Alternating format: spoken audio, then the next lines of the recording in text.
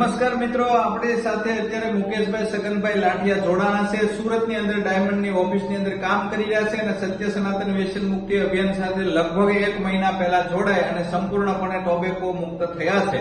તો આપણે જેમ અગાઉ લોકો વ્યસન મુક્ત થતા અને એનું સન્માન પત્રક આપી અને આપણે એનું સન્માન કરીને અભિનંદન આપતા હોય છે, જેથી કરીને એના સગા સંબંધી મિત્ર સર્કલને લોકો જોવે તો એને પણ કંઈક સારી પ્રેરણા થાય અને પોતે પણ વ્યસન મુક્ત થાય, એવો સંદેશો આપવાના હેતુથી આપણે એક સન્માનનો વિડીયો બનાવતા હોય છે. તો આજે મુકેશભાઈ સગનભાઈ લાઠિયાએ સંપૂર્ણ વ્યસન મુક્ત થયા છે. એના લગભગ 1 મહિનો થયો છે. તો આજે આપણી ઓફિસ પર આવ્યા છે અને એમણે કીધું કે મેં સંપૂર્ણ વ્યસન મુક્ત હું થયો છું.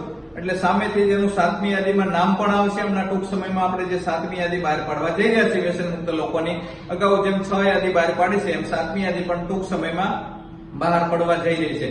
તો આપણે મુકેશભાઈનું પહેલા સન્માન કરી લઈએ અને એને સન્માન પત્રક આપી અને પછી એના રિવ્યુ લઈએ કે ભાઈ એને ટોબેકો છોડવામાં કઈ રીતનું શું થયું અને શું મોટું યોગદાન હતું એનું જોઈએ આપણે. તો મુકેશભાઈ લાઠિયાને હું સન્માન કરું છું અને સન્માન પત્રક આપી અને એનું ખૂબ ખૂબ અભિનંદન આપું છું કે જેમણે સંપૂર્ણપણે ટોબેકો મુક્ત થઈ પોતાના પરિવાર, બાળકો, મિત્ર સર્કલ માટે બહુ સારો એવો નિર્ણય લીધો છે. ખાસ કરીને તો એના બાળકો માટે કે પોતે વ્યસન મુક્ત થયા છે અને એના જીવનકાળમાં અત્યાર સુધી એમણે વ્યસન કર્યું છે અને આગળ હવે તમાકુનો ત્યાગ કરી અને સારો સંદેશો સમાજ માટે પણ એક આપી રહ્યા છે અને પોતાના પરિવાર માટે પણ સારો એવો નિર્ણય લીધો છે. તો એને આપણે ખૂબ ખૂબ અભિનંદન આપીએ છીએ. અને હવે મુકેશભાઈને જ આપણે પૂછીએ કે તમે કેટલા સમયથી પહેલા વ્યસન મૂક્યું? 1 મહિનો જેવું થયું. પહેલા તમે શું વ્યસન કરતા હતા?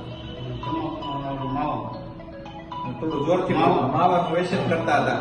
એટલે તમાકુનું ટૂંકમાં વ્યસન કરતા હતા. અને તમે કામ શું કરો છો? ડાયમંડની ઓફિસમાં કામ કરો છો. અને કેટલા સમયથી તમે વ્યસન કરતા હતા? કેટલા વર્ષોથી? 10 ભણી નાની ઉંમરથી વ્યસન કરતા હતા. અને હીરામાં જ્યારથી ડાયમંડની અંદર કામ કરવાનું ચાલુ કર્યું ત્યારે આ સુરત મહાનગરની અંદર સંગતના કારણે લોકો વ્યસન ના માહોલમાં આવી જતા હોય છે અને પોતાના જીવનમાં વ્યસન આવી જતું હોય છે. એટલે મુકેશભાઈએ બહુ સારો એવો નિર્ણય કર્યો. હવે તમને વ્યસન મૂક્યા પછી કેવું લાગે છે? સારું લાગે ને? એટલે તમે પણ મિત્રો એક વખત નિર્ણય કરી લ્યો કે ભાઈ આપણે વ્યસન મારે નહીં પણ મારી પેઢીઓમાં કોઈને કામનું નથી. એટલે તમારે સંપૂર્ણપણે વ્યસન મુકાઈ જતું હોય છે. અને તમે રોજનું કેટલું વ્યસન કરતા હતા? 100 રૂપિયાનું, 150નું, 70નું, કેટલા માવા ખા? 70 રૂપિયાનું રોજે 70 રૂપિયા જેવો અંદાજે. એટલે 7 તેરી 21 2250 રૂપિયાના પર મહિને મંથલીના બચત થવા લાગી છે. અને રોગથી મુક્ત થયા છે. રોગનો કોઈ ભય નથી. ઘણા લોકોને વ્યસન કરતા હોય તો એને એવો ભય સતાવ્યા કરતો હોય છે કે મને કેન્સર થશે.